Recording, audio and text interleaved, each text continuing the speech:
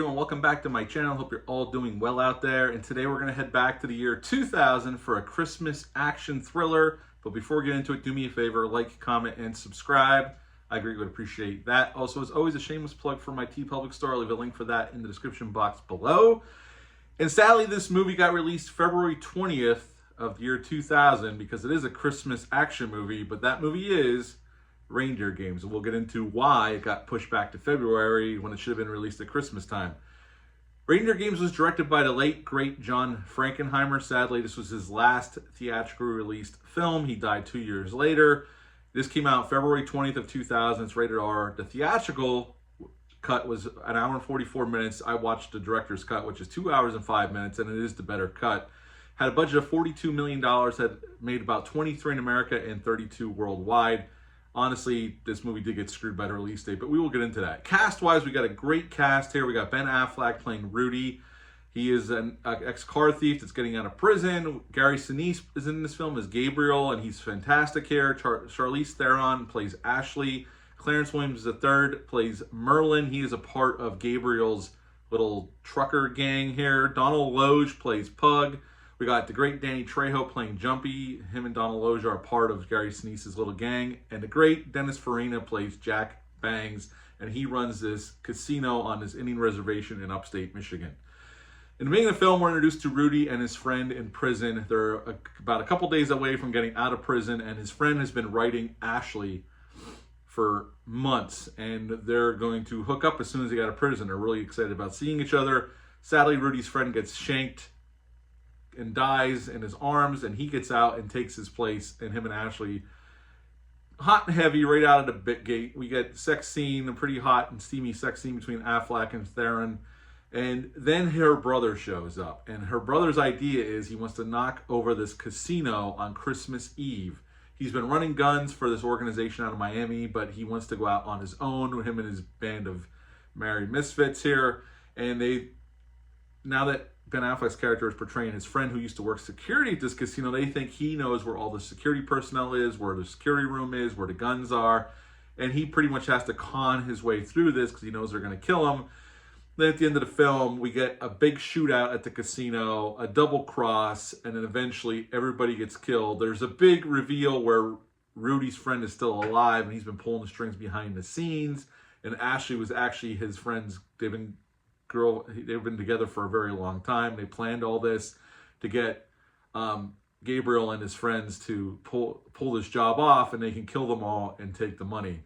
But Rudy turns the tables on him, and he walks away with bags of cash, which we see on the final seconds of the movie, him putting money in all these folks' mailboxes on Christmas morning, and him at home, which is all he wanted to do, is go home and have Christmas dinner with his family and watch some football, and that's how Reindeer Games ends. So what to like about this film? Well, first up, this is a John Frankenheimer film, and it's shot, especially director's cut, it's very well shot, as you would expect from a John Frankenheimer film. The action scenes are spectacularly staged. There's some fantastic camera angles, really wonderful stuff, as you would expect from John Frankenheimer. I mean, he was a master of those types of things, and if you have never seen some of his films, check out Ronin from a few years before this. The car chases in that movie are fantastic. Robert De Niro's in that movie.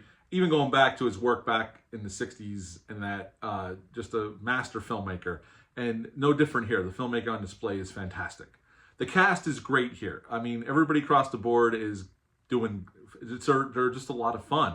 Dennis Farina is fantastic in his small role as the casino. He runs the casino for this Indian tribe in upstate Michigan, and he's hilarious. And I love the scene when they go in at the end, and there's a scene where Affleck's character has been telling about the Bang Bang safe in or the powwow safe in his office. And it's actually a really real thing, even though he's been bullshitting his way through this whole thing. And Dennis Farina's all beat up, and he goes over to the safe, opens it up, and he pulls 2 Uzis out and starts shooting everybody up. It's wonderfully staged, and it's just fantastic. The music, the cinematography, all that's top notch. No complaints there. Where the movie falls short is there's major scripting problems. I mean, a lot of this stuff, there's plot holes really throughout the movie. But even though there are, and some of the movie doesn't make a whole lot of sense, and there's a lot of, contrivances to get us to where we need to go. I mean, there's a lot of those things where certain things have to happen for the plot to happen, and they do happen in this movie. But I've always been able to forgive that, even though I see them and I know they're there, because I'm having a lot of fun. Between the cast, the way it's shot, the action, the dialogue between the characters. I mean, I could forgive a lot of the shortcomings here and just have a good time with it. I still enjoy it to this day. That's why I picked up this 4K from Kino Lorber. You can still get this movie if you enjoy it. The theatrical cut is on the 4K and the unrated cut's on the Blu-ray. I suggest the unrated cut. It still looks good on Blu-ray. The theatrical cut looks really good on the 4K, but the unrated cut's the way to go. It's longer, but there's more to it. It fleshes out the story more, and it goes harder on the violence too. Especially the torture scene with Affleck in the hotel when Gabriel's throwing the darts at him. A lot of that stuff was cut out for the theatrical cut. So it's definitely worth your while if you've never seen the unrated cut to check out the unrated cut. There's much more to it. It's 21 minutes longer, and it's just a better cut. Isaac Hayes also makes an appearance in the prison. We get in the beginning of the movie, we're in the prison for a little bit. We see Isaac Hayes as one of the prisoners. So yeah, I have always enjoyed this film. It's not the best Christmas action movie, obviously. That would go to Die Hard and The Long Kiss Goodnight, but I think this is a pretty solid Christmas action thriller, and I always enjoy revisiting it from time to time. I'm glad I picked this up. The original release date of this movie, to get into the release date, why it got screwed over, was supposed to be December of 1999. But they had some bad test screenings. Dimensions wanted Frankenheimer to go back and do reshoots, which he refused to do. Later on, he said he regretted that before he passed away. He said he should have done it. He wasn't really open to the whole screen testing thing. He never did it before. He didn't really like it, but they made him do it. And the MPAA forced him to cut 20 minutes out of the movie. So it kind of got pushed back to February, which is the death knell for a Christmas movie. Releasing a Christmas movie in February just doesn't make a whole lot of sense. Dimensions probably would have been better off pushing it back to November or December of 2000, but they dumped it in February, and the box office suffered for it. Vin Diesel was originally hired to play the Donald Loge character, but he did not get along with Frankenheimer. Frankenheimer replaced him with Donald Loge, but don't feel sorry for Vin Diesel because he went on to star in The Fast and the Furious, which came out in 2001. You'll see Ashton Kutcher in a casino. There's a scene where Affleck's character changes clothes with this guy in the bathroom to try to escape, and that's Ashton Kutcher's in that. Just a brief couple of minutes he's in the movie, and this was all shot up in Canada, British Columbia, Canada.